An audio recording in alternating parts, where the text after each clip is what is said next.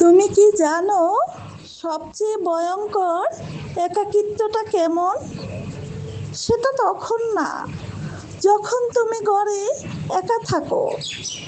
সেটা তখন যখন হাজার মানুষের ভিড়ে থেকেও মনে হয় কেউ তোমাকে দেখছে না। সবাই সুখের গল্প শেয়ার করতে ভালোবাসে, হাসি মুখের ছবি, ঘোরাঘুরি, উদযাপন, কিন্তু কেউ বলে না রাত জেগে বালিশ ভিজানোর কথা। কেউ বলে না বুকের ভিতর জমে থাকা কথাগুলো কাউকে বলতে না পারার যন্ত্রণা। কেউ জিজ্ঞেস করে না তুমি আজ সত্যিই ঠিক আছো তো।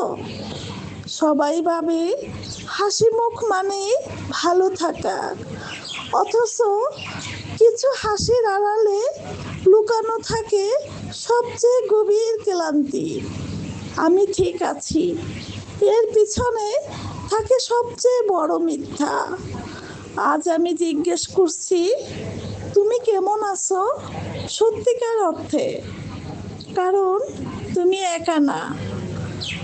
যদি আজ মনটা ভারী থাকে, কমেন্টে লেখো আমিও একা না।